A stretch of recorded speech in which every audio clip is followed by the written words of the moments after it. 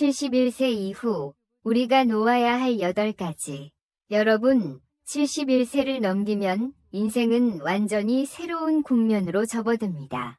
물질적 성공이나 남들의 평가가 아닌 마음의 평화와 건강, 그리고 행복에 초점을 맞추게 되는 순간이 찾아오죠. 그동안 꼭 필요하다고 여겼던 것들이 사실 그렇게 중요하지 않았다는 걸 깨닫는 순간, 비로소 진정한 자유가 시작됩니다. 무언가를 이루고 남들에게 인정받고 기대에 부응해야 한다는 압박감이 점차 사라지면서 마음에는 명료함과 고요함이 자리 잡습니다. 이것이 바로 놓아버림의 힘입니다. 놓아버림은 단순히 잃는 것이 아닙니다. 오히려 삶에서 진정으로 소중한 것들을 위해 공간을 만드는 행위입니다.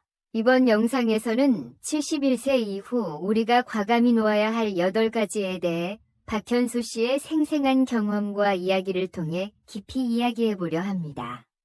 전 건설회사 이사로서 바쁜 일상을 보내다 최근 은퇴한 박현수 씨는 놓아버림을 통해 삶의 새로운 의미와 가치를 발견했습니다. 여러분도 그의 이야기를 통해 더 가볍고 충만한 삶으로 나아갈 준비를 해보세요. 끝까지 함께 해주신다면 이 영상이 여러분 삶을 바꾸는 첫걸음이 될 것입니다. 1. 일상생활의 급함과 바쁨을 내려놓기. 젊은 시절 우리는 항상 시간에 쫓기는 나날을 보냅니다. 아침 일찍 일어나 일터로 향하고 마감일과 업무에 쫓기며 가족이나 친구들과의 시간을 뒷전으로 미루는 경우도 흔합니다. 박현수 씨는 이런 바쁜 생활 속에서 항상 더 노력해야 한다는 생각에 짓눌리곤 했습니다. 휴일조차 업무 이메일을 확인하고 가족 여행 중에도 긴급 전화를 처리했다고 합니다. 그러나 71세 생일을 맞이한 어느 날, 그는 이른 아침 정원에서 천천히 커피를 마시며 자신에게 물었습니다. 나는 무엇을 위해 이렇게 서두르고 있는가? 속도를 늦추는 것의 중요성. 속도를 늦춤으로써 우리는 매 순간을 즐기는 것의 중요성을 배웁니다. 이른 아침의 고요 속에서 마시는 커피, 산책 중에 발견하는 계절의 꽃들, 가족과 나누는 평범한 대화. 이러한 순간들이야말로 삶에서 가장 가치 있는 것임을 깨달을 수 있습니다. 서두르는 생활을 내려놓음으로써 마음의 평온이 찾아오고 삶에 대한 새로운 관점을 얻게 됩니다. 2. 과거의 후회와 죄책감. 삶을 되돌아보면 많은 사람들이 그때 그렇게 했어야 했는데 라고 생각하는 순간이 있을 것입니다. 우리는 때때로 자신의 선택이나 행동을 후회하며 그것이 죄책감으로 이어져 마음을 무겁게 합니다. 박현수 씨는 젊은 시절 일에 우선순위를 두며 가족과의 시간을 희생한 것을 후회하고 있었습니다. 특히 장남의 야구 경기를 바쁘다는 이유로 보러 가지 못했던 것이 오랜 시간 그의 마음을 짓눌렀습니다. 그러나 71세 어느 날, 그는 아들과 대화를 나누던 중 과거 일은 그렇게 신경 쓰지 마세요. 라는 말을 듣고 어깨에 짐이 내려간 기분이었다고 말합니다. 용서와 해방, 죄책감을 내려놓는 것은 과거를 받아들이는 행위입니다. 과거의 선택이 있었기에 지금의 내가 있음을 이해하고 모든 것을 교훈으로 받아들임으로써 마음이 해방됩니다. 용서는 다른 사람을 위한 것이 아니라 자신의 마음의 평화를 위해 필요한 행위입니다. 3. 나이 드는 것에 대한 두려움. 나이를 먹는 것에 대한 두려움은 많은 사람들에게 피할 수 없는 감정입니다. 젊음을 찬미하는 사회 속에서 노화는 부정적인 것으로 여겨지기 쉽기 때문입니다. 그러나 71세를 맞이하면 나이 드는 것이 상실이 아니라 성숙임을 깨닫는 순간이 찾아옵니다. 박현수 씨는 거울 속 자신의 모습을 볼 때마다 더 젊게 보이고 싶다고 느꼈습니다. 그러나 어느 날 손녀가 할아버지의 주름이 좋아요.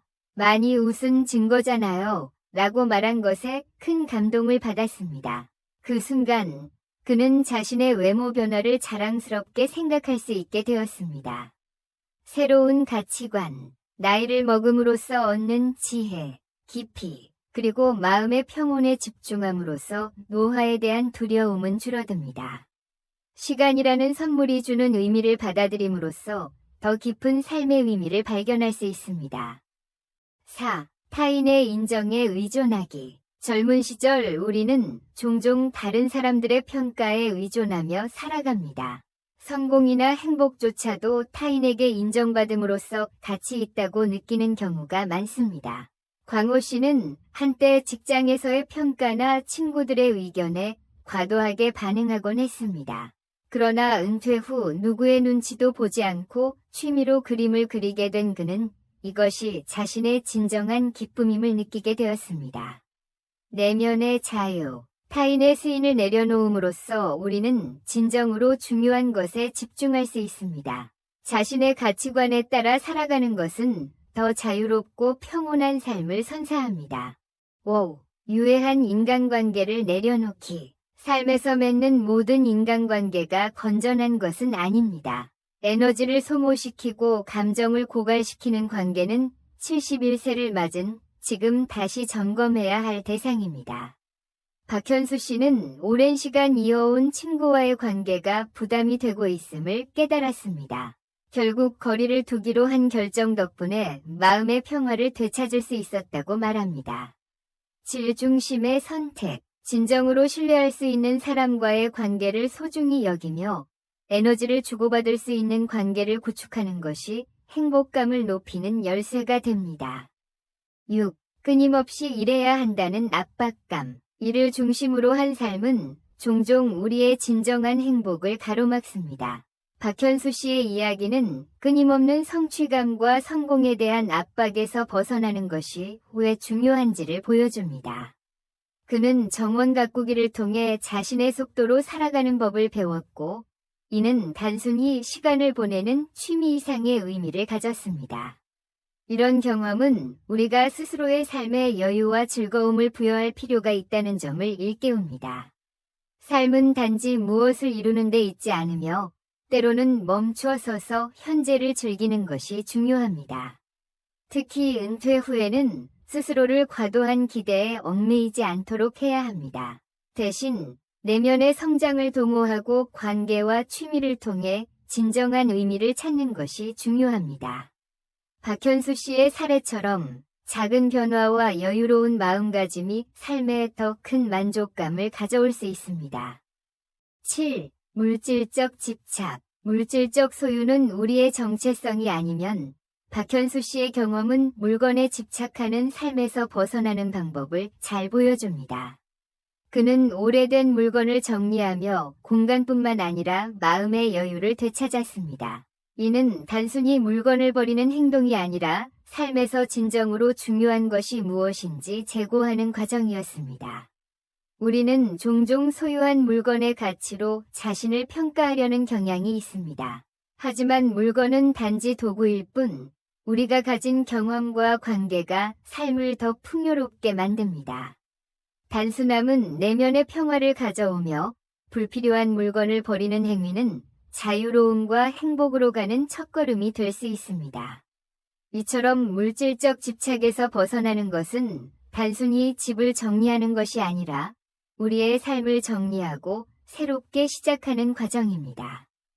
8. 과거의 원한과 상처에 집착하기. 과거의 상처를 계속 안고 사는 것은 우리의 행복을 가로막는 가장 큰 장애물 중 하나입니다.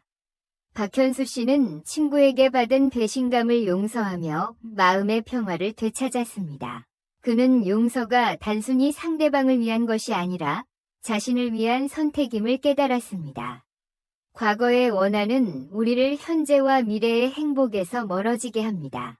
용서는 힘든 과정일 수 있지만 그것은 우리 자신을 치유하고 자유롭게 하는 중요한 단계입니다. 상처를 교훈으로 삼아 새로운 관점을 얻고 더 나은 관계를 구축하는 것이 중요합니다. 박현수 씨의 사례는 우리가 용서를 통해 진정으로 자유로워지고 삶의 새로운 에너지를 불어넣을 수 있음을 보여줍니다.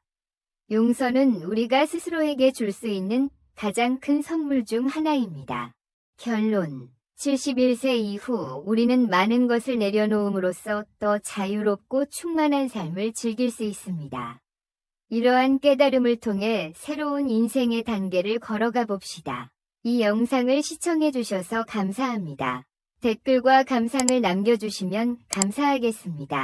건강하고 행복한 매일을 보내세요.